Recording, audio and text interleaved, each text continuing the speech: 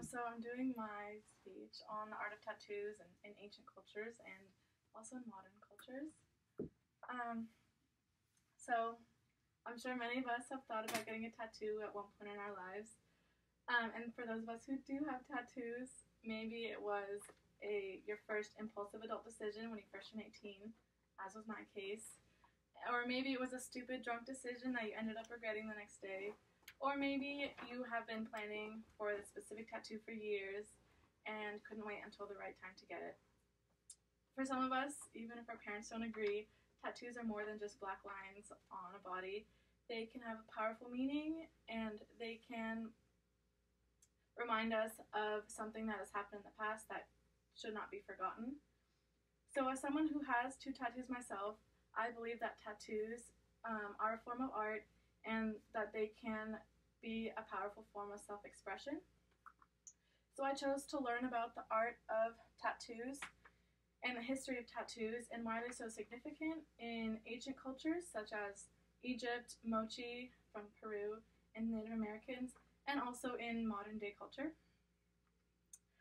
So, for thousands of years, people have been tattooing themselves, and this dates back to ancient cultures, which I'll talk about later.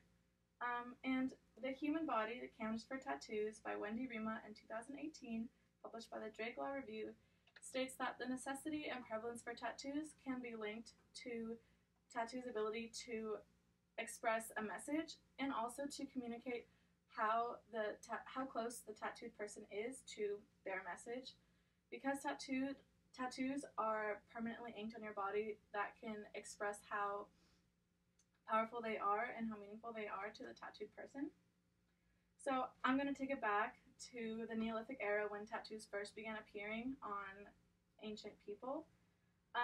Published for the Doctor of Philosophy dissertation in 2000 by Donald A. Vale's article titled The Tattoos We Deserve.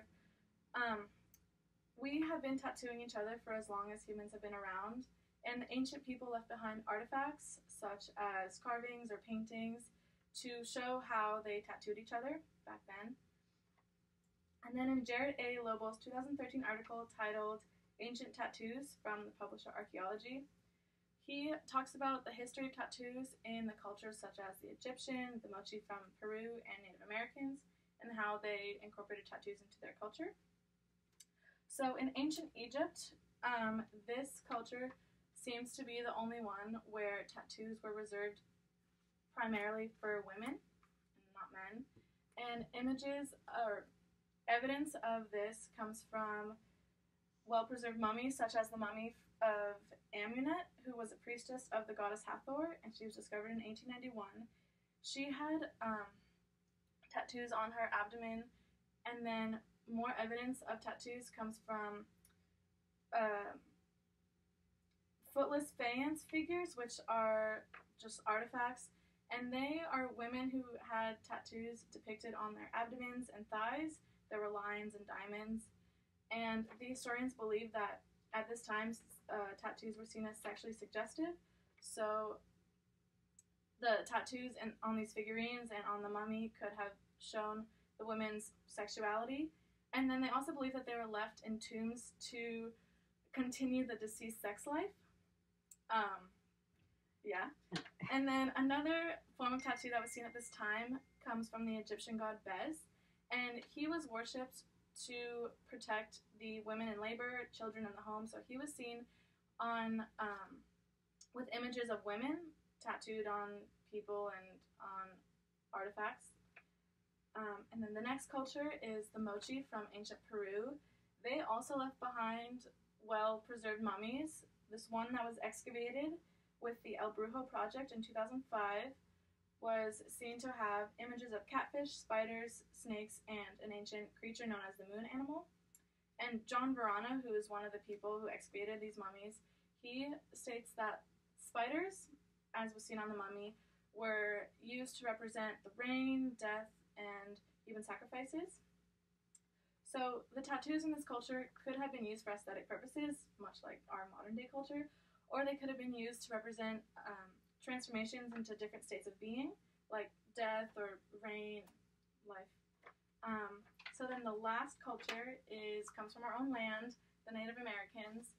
And even though the Native Americans come from different places around the U.S. and spoke different languages, they all shared similar, for the most part, religious beliefs. And one of those aspects of their religious beliefs comes from their tattoos. Warriors could have been seen with tattoos on their face, and they used those to capture the soul of enemies that they slayed in battle. And then they used that to extend their own life, and then also to ease the passage of dead relatives.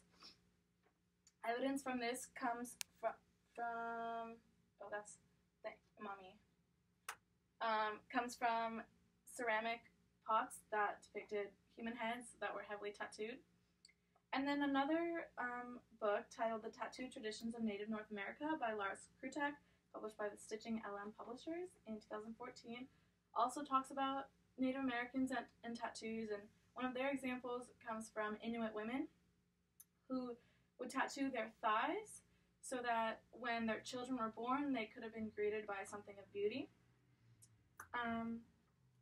So all those ancient cultures incorporated tattoos as art, and then also to represent things that happen in their lives, like the rain and stuff like that.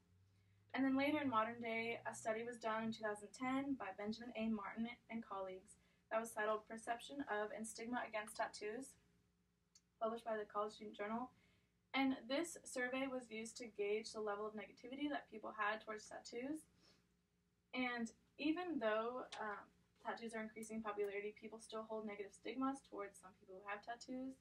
And this study concluded that the subjects, for the most part, agreed that people who had tattoos could have come from bad backgrounds, such as gangs or poverty, or they've been to prison. But Martin, who conducted the study, hopes to change the negatively biased stigmas that these people have just by educating them and changing their negative views. But modern day tattoos have found their way into galleries and museums.